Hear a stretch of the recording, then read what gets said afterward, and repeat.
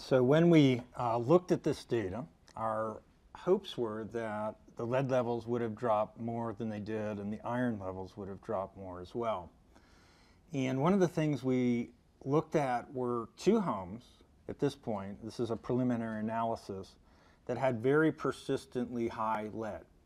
And we went and looked at the water bills and had discussions with those residents. And what we discovered is that many Flint residents are, not surprisingly, not using very much water. They're not drawing a lot of clean water into their home from the water main. And this is hindering the recovery of their home plumbing and also the cleaning up of the deposits that might be present in there. So amongst the reasons that the residents gave for their very low water use, which is on the order of 20 to 45% of the typical water use around the United States, is that there's concern about the cost of their water bill, so they're trying to save money.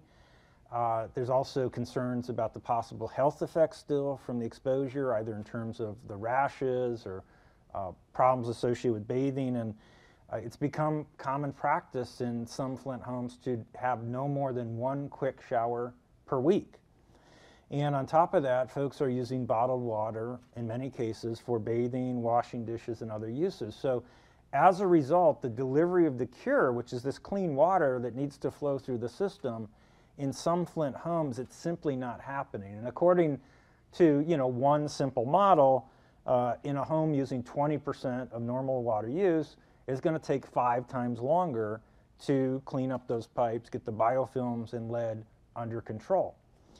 And so this is the premise, this is the scientific basis, this is the actual on-the-ground data that is going to be supporting this recommendation of all the parties who were at the table in Chicago on Monday of last week, where we had a discussion about the system recovery. So overall, very clearly, Flint is not yet meeting the 90th percentile lead action level, and for that reason, people have to continue using bottled water and filters until further notice.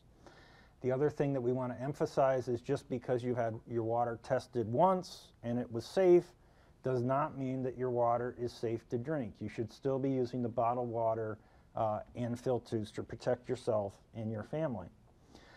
There are very positive trends. There's no doubt the system is in much, much better shape than it was in 2015 in terms of lead levels, consumer complaints about red water, and also iron levels in the water.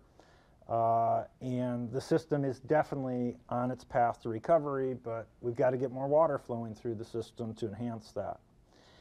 And so there's going to be a program that I think is going to be rolled out by the EPA and the state in the next few weeks that has a short-term enhancement to the water use, and Virginia Tech is very, very supportive of that. So